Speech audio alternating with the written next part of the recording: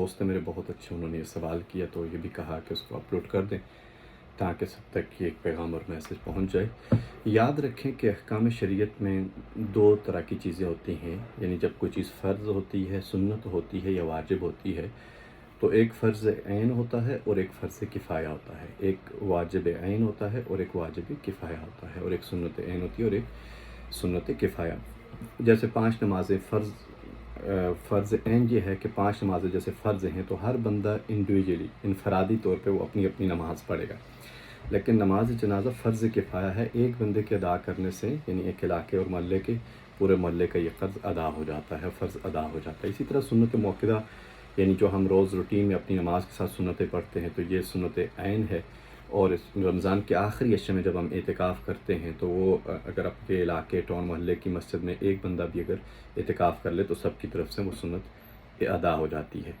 یاد رکھیں قربانی کا جو مسئلہ ہے، یہ جو واجب ہے قربانی، یاد رکھیں یہ واجب کفایہ نہیں ہے، یہ واجب عین ہے۔ ہمارے ہاں یہاں یہ ہوتا ہے کہ کوئی ایک فرد اگر گھر کا ادا کر دے قربانی تو وہ سمجھتے ہیں سارے گھر کی طرف سے ادا ہو کے، نہیں، ایسا نہیں ہے، یہ انڈیویجول مسئلہ ہے، انفرادی ہے، یہ واجب عین ہے قربانی، واجب کفایہ نہیں ہے۔ اگر ایک گھر میں 10 افراد رہ رہے ہیں تو وہ ان کو انفرادی طور پہ دیکھا جائے گا کہ ان کی کرنٹ سچویشن کیا ہے، یہ بھی بات مد نظر رکھنے والی ہے۔ یاد رکھیں قربانی 3 دنوں سے منسوب ہے، یعنی 3 دنوں سے اس کا تعلق ہے۔ قربانی کے 3 دن ہیں، 10 ذو الحجہ، 11 اور 12۔ ان 3 دنوں میں اگر یہ شرائط پائی جائیں تو آپ پورے گھر فیملی کو دیکھیں گے کہ یہ شرائط کس کے اندر پائی جا رہی ہیں، تو ہر وہ فرد ان 3 دنوں کے اندر یعنی 10 ذو الحجہ کی فجر سے لے کر 12 ذو الحجہ کی مغرب تک کسی بھی اس پورے ٹائم کے اندر اگر کسی فرد کے اندر یہ شرائط پائی جا رہی ہوں آپ کے گھر کے افراد میں سے، تو ان سب پہ قربانی انفرادی طور پر واجب ہوگی، وہ اپنی الگ الگ قربانی ادا کریں گے۔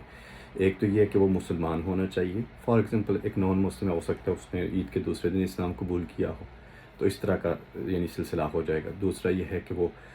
بالغ ہو، بچوں پر یہ نہیں ہے واجب، وہ بالغ ہونا چاہیے، ایڈلٹ ہو جائے۔ اور تیسرا یہ کہ اس کی جو مالی استطاعت ہے،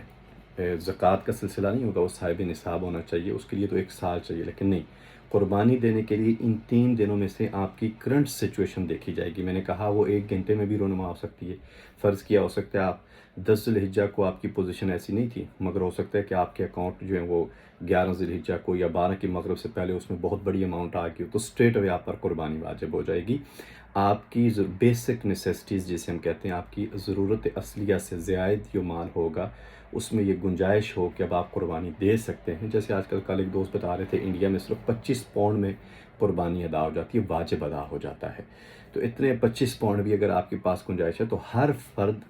بالغ مسلمان انفرادی طور پر پھر اپنی قربانی دے گا۔ ویسے جو نصاب ہے وہ 52.5 تولے چاندی ہے، اس کے مطابق جو آپ کی اماؤنٹ ضرورت اصلیہ، اور ضرورت اصلیہ ایسا نہیں ہے کہ انسان ہر چیز کو اس طرح کاؤنٹ کرے، بلکہ جو آپ کے رہن سہن، کھانے پینے، یعنی آپ یہ سمجھیں کہ اگر آپ کی ضرورت کے لیے 2 کمرے تو گھر میں ایک زیادہ ہے جس کو تالا لگا پڑا ہے تو وہ آپ کی ضرورت سے زائد ہے، لہٰذا اس چیز کو مد نظر رکھتے ہوئے ان 3 دنوں کے اندر جو بھی آپ کے گھر میں صاحب نصاب ہو جائے گا، جیسے ہی ان 3 دن 10 ذی الحجہ کی صبح سے لے کر مارننگ سے لے کر مغرب کی سن سیٹ یعنی غروب آفتاب تک، ان 3 دنوں کے اندر اگر کرنٹ سچویشن کو دیکھا جائے گا گھر کے ہر بندے کا انڈیویجول جس کی، تو یوں آپ دیکھیں گے تو سال سے ہمارے ہاں یہ ہوتا ہے کہ ایک شخص قربانی دیتا ہے اور باقی لوگ اس سے ایک گھر سے نہیں، ایک ہی قربانی نکلتی ہے بلکہ ایک حصہ نکلتا ہے۔ لیکن جو مسئلہ میں نے آج آپ کو بتایا، اگر اس کو مد نظر رکھ کے آپ دیکھیں گے تو ہو سکتا ہے کہ گھر سے 10 20 بھی قربانیاں نکل آئیں۔ تو لہٰذا میں نے کہا کہ یہ ضروری بات تھی اور آپ تک پہنچ جائے اور اس سے استفادہ کیا جائے۔ اللہ تعالیٰ میں نیک بات سننے، اس پر عمل کرنے اور آگے پہنچانے کی توفیق عطا